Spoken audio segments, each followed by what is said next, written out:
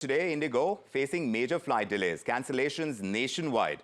It has caused a lot of inconvenience and this to thousands of passengers who are traveling. Earlier, Air India had also faced similar tech glitches. Indigo, of course, has acknowledged that the disruption over the past couple of days, it has issued an apology on this and has cited multiple factors for this chaos, including minor tech glitches. They're talking about winter schedule changes, bad weather, aviation congestion, new crew duty rules that is part of the regulations as well. So these issues combined severely impact flight operations, as we've seen, and the airline is saying it is now making calibrated adjustments to their schedule for the next 48 hours to stabilize operations.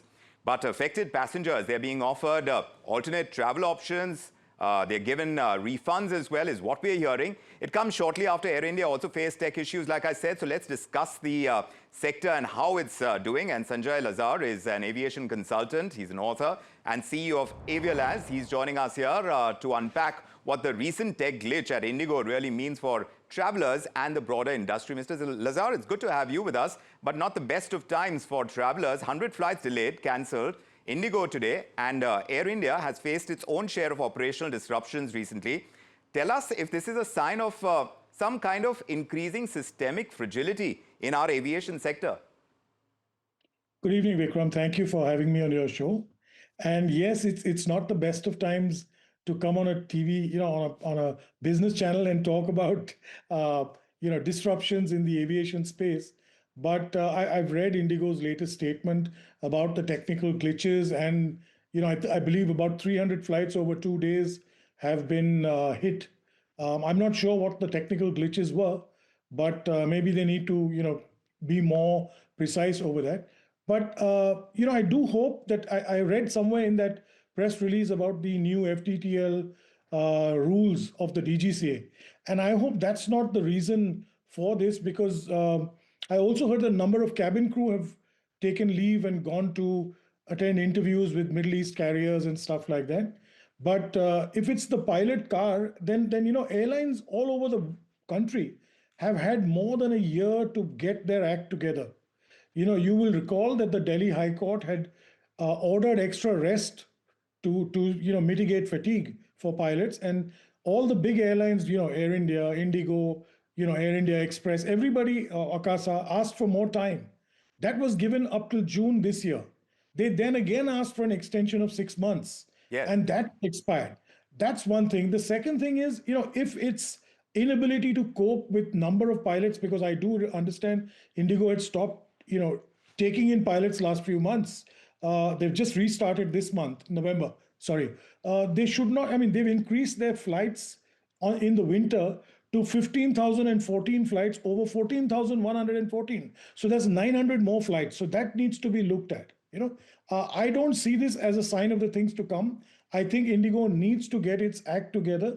I know Air India also had a few glitches, but what's very important, I do believe that all the airlines, including probably Indigo, have done a dry run of their winter schedule prior with the new duty time rules, prior to the announcement of the new schedule.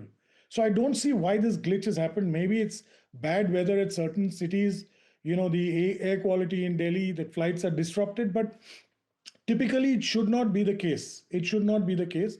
And I also know that there's a lot of, there is some level of, undercurrent in the industry with the workforce. And I think that needs to be looked at as well.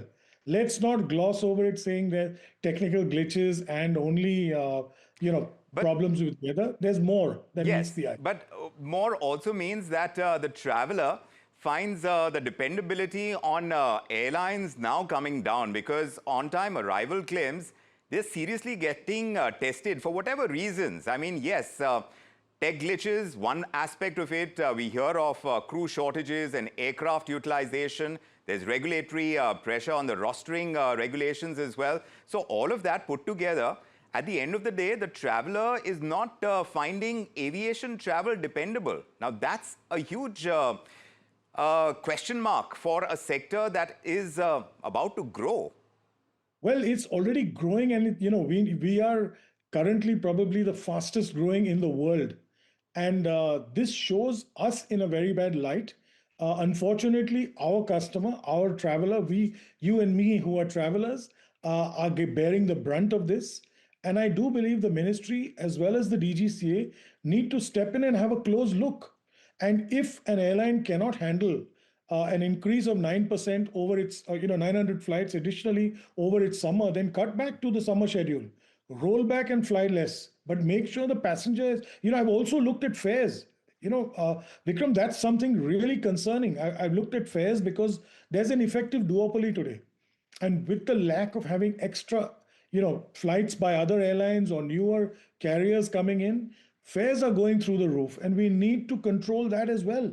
Right. Because how far will, our traveler keep paying such high fares? You're absolutely right about on time. There's chaos in the Mumbai airport. I've seen images. There is also trouble in Delhi. I've not seen what's up at Bangalore, but it's definitely mayhem at the moment with the large number of flights. And as you know, Indigo currently controls over 60% of our domestic market. So they're absolutely the front runner, and they control the market literally. So we need to look in very closely at this, and I do hope Indigo gets its house in order. Yes. And sorts out the schedules. But not just Indigo, Air India. Both of them have run into operational trouble, and this is within days of each other. So what's the one thing that you believe Indian airlines must fix immediately to restore passenger confidence now that we have this problem? Well, the first thing is, I think the ministry needs to fix first is, get its act together, get a DGCA with more people. We are so undermanned there, they cannot even, police airlines properly. Then comes the airlines, on-time performance and fares, two things. So first is get your own house within in-house in order. Let everybody be happy. Today I can see there's so much of a struggle. Pilots are unhappy. They're treated like bonded laborer. Cabin crew are looking at flying elsewhere. The ground, there's engineering issues. Yes. Air India had some issues. Indigo's got some issues today. Everybody claims, says all these issues are being played out in the media. Yes. And the poor passenger is the sufferer. Indeed. So I think let's put the passenger first. Let's first put in a strong charter. There's no strong passenger charter. Have we realized? I mean, the DGCA and the government have not bothered about a strong passenger charter in years. Right. The passenger is just being bounced around.